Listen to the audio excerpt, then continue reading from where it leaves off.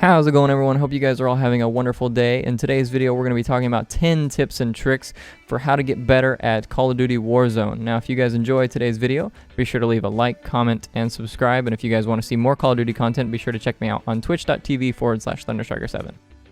Now, the first tip that I want to talk about is actually your class setup for Warzone. Now, as you guys may know, there's a lot of loadouts that you get in Warzone. You'll get 2 for free and then any amount that you buy. So generally speaking, for most teams, the first loadout crate that you get is either going to be the free one or the first one you buy in the game. So there's 3 different class setups that I think everybody should have for Warzone to give you access to the different options that come up when Warzone changes, right? Because the playing field changes from game to game. My personal favorite class is one that involves an SMG and a sniper rifle, right? So this is the class that I have chosen for that. This gives me access to both of those guns right out the gate. The problem with this class is that obviously in order to do this, we have to have the overkill perk. So if you want to have 2 primary weapons, perfectly fine. You can have overkill on one of your classes, but what you'll need to do is you'll need to make a secondary class that has Ghost on it. The other perks don't matter a ton. If you want to go with cold-blooded here, that's perfectly fine. That means that you're not going to be targeted by things like thermals, which is reasonable. I've chosen EOD. But what you want to do is you want to have at least one class with Ghost on it such that whenever the time comes, you can pick up this class with Ghost and then immediately just pick up your other guns off of the ground. So the first loadout, you'll get this. The second loadout, you'll get this. And then you'll just trade these weapons for the weapons out of this loadout crate. The third thing that comes up frequently in Warzone is you might get towards the end of the game where there's a loadout crate, your friend buys you back, or let's say you gulag back in. You need to get your class, but you're not going to have very much ammo. Maybe you end up killing 1 person, 2 people, and then by the time you use all the ammo in your loadout, you're out, and you don't have the access to go get the ammo from the people that you killed, right? So what you want is you want at least one class that has the fully loaded perk. So basically all this is this is a Warzone Graw that has the fully loaded perk on it. I've just selected to take one of my normal attachments off. I've just selected the laser. You take that off and then you throw the fully loaded perk on. And what that does is that gives you maximum starting ammo such that you can get this out of the loadout crate and you'll automatically have the full 260, 70 bullets, whichever, depending on which magazine you have. For the next tip, I'm going to talk to you guys about dividing the class setups. Now, what I mean by this is when you play Warzone with your friends, it's easy to get caught up in just playing with your favorite guns, right? The problem is that sometimes everyone on the team picks the same class setup and you leave yourself vulnerable to certain situations. For example, my team discovered that the 4 of us were using the heartbeat sensor as opposed to any other tactical grenades. And by doing so, we were not able to breach buildings as easily, right? So what we did as a fix to that was we put a couple guys on stun grenades, a couple guys on flash grenades, instead of all 4 of us on heartbeat sensors to give us an upper hand in those particular situations. So take a moment to look at your teammates' loadouts and look how they compare to yours and see if there's any weak points in your team's strategy. Next tip, green character skins. Why is this important? Well, obviously a lot of players prefer to use the skins that they think look cool. Some of them have a lot of really bright colors on them. Problem's pretty obvious. Some of these skins stand out like sore thumbs. Players who use green, gray, or tan colored characters have a better chance of staying hidden than those who use skins with bright colors. This one's not mandatory, of course, but it's certainly worth a second thought. And I'm definitely not just saying that because I'm tired of losing to the guys who are wearing the Atlanta FaZe outfits. On to the next tip, dropping Superstore. This tip is mostly for those of you who frequently find themselves losing gunfights, maybe not knowing exactly what to do when the shooting starts. And I'll be honest with you, I frequently find myself in this situation, and my answer to it is pretty simple. Practice. Superstore is known for being one of, if not the most intense drop locations in the whole map because of the amount of loot and the players trying to get it. When you drop at Superstore, you force yourself into a situation where you have to fight to get out. And even if you lose, you gain some knowledge about what to do the next time in those same gunfights. It doesn't necessarily have to be only at the Superstore either. I just use this as an example. There's other locations that frequently put you in the same spots, like airport, military base, and sometimes even prison. Superstore is just the one I use as an example because it's frequently one of the hottest locations in the game. This next tip kinda teeters on the edge of being rude to your teammates. Sometimes in Warzone, you need the necessary silence to hear another player. And if sometimes your teammates just want to talk about how bad their day has been, maybe they went to McDonald's and the ice cream machine was broken, then you just can't hear the bad guy, right?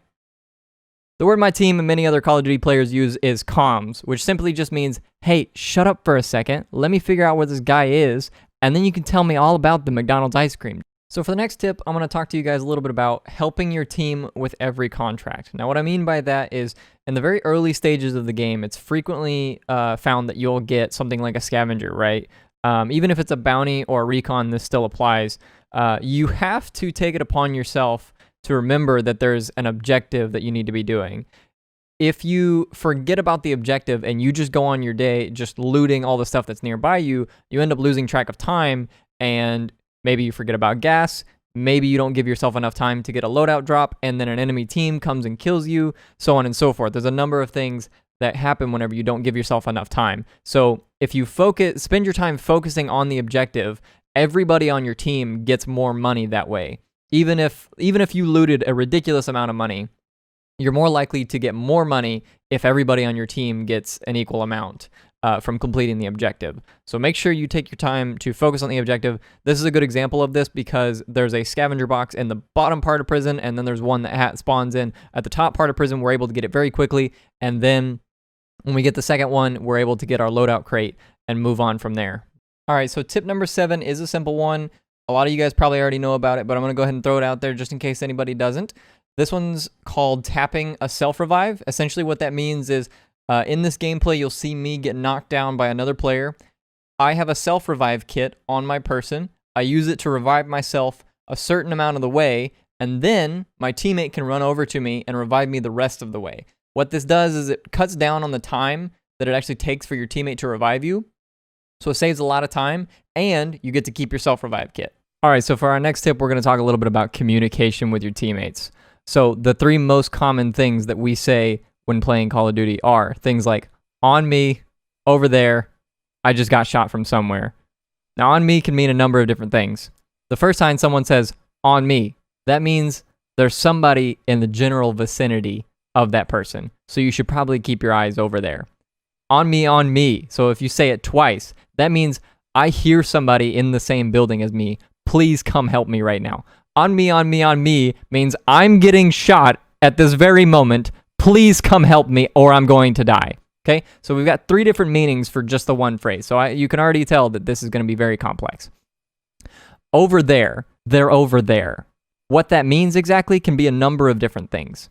What you should actually say in this situation is you should look at the little numbers at the top of your screen and say they're south, they're north, or they're at 180 degrees, something like that. But frequently we find ourselves as Call of Duty players saying, he's over there. All right, so the last thing that Call of Duty players frequently say is something along the lines of, I just got shot from somewhere, or over there. I just got shot from somewhere over there.